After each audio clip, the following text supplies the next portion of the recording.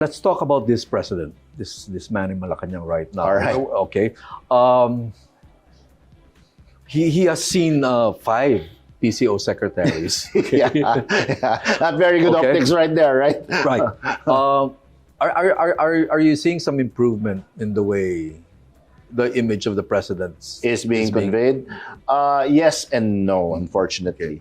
Wow, such a safe answer if you think about it. I went right down the middle. Yes, in the sense that the president now seems to be a little more fearless. Like they always say, siya yung nag-expose nitong nitong whole flood control mess. That's the yes part.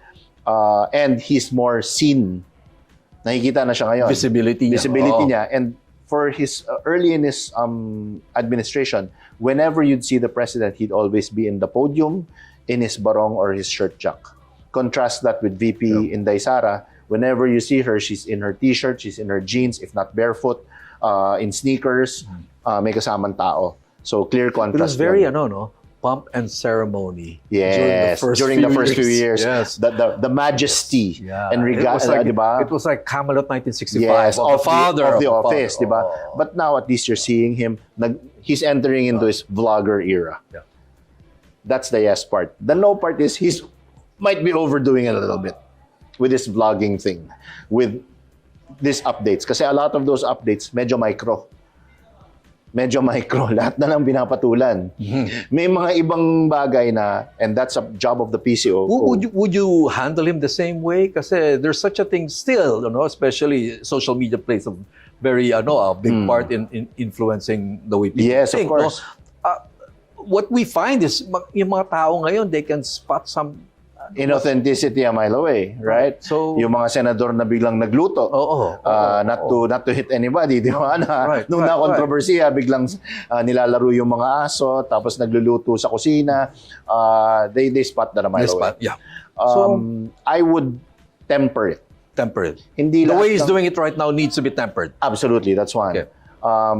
Number 2, this whole going to the huge elephant in the room. Maybe not an elephant, maybe a woolly mammoth.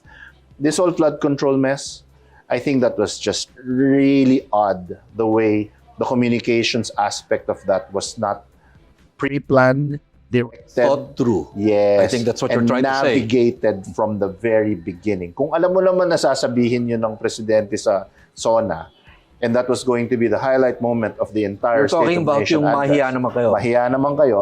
Sana naman plinat ninyo yun. Saan papunta? Saan papunta? No ending. What are the message anchors? You should have done your essence messaging. Purpose, function, why did we do this? What is the differentiator? Why is this message different from the others?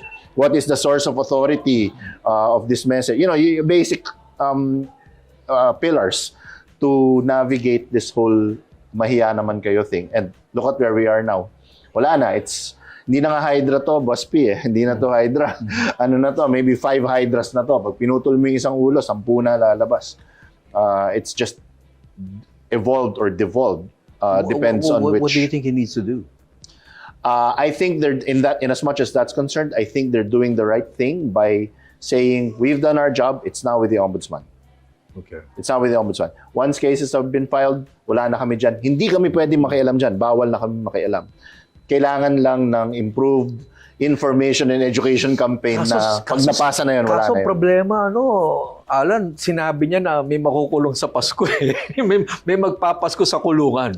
May hindi masaya ang Pasko. Of course, and don't get me wrong, Yusek Claire and we get along fine. I love her. I think she likes me. But hindi nakakatulong yung sinasabi ngayon ni Yusek Claire na no, he was referring to the Discayas when he said that. She's gone on a media kabuhayan tour repeating that line, di ba? Hindi, nung sinabi niya yon, Discaya ang ibig niyang sabihin. At nakulong naman yung mga Discaya. Inauthentic yan sa Pilipino. Okay. Kahit na sino, pag sinabi mong... would you have recommended another line?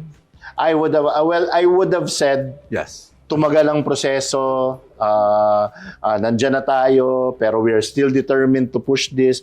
I would be yung 4R rule, di ba? I would do regret first, sayang, hindi namin nagawa, responsibility and reassurance, pero hindi namin titigilan yan.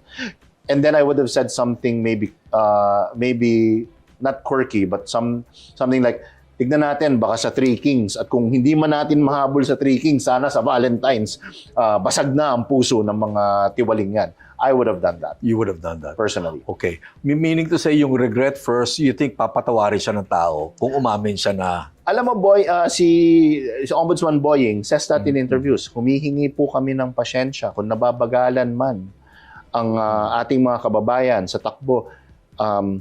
Kailangan ho namin itong gawin ng tama. Hindi pwede kaming padalos-dalos. Hindi kami pwedeng magmadali. That for you would have been a better line. Yes, because Sec Boying is saying this and it's actually ticking very well in our quick sentiment scan.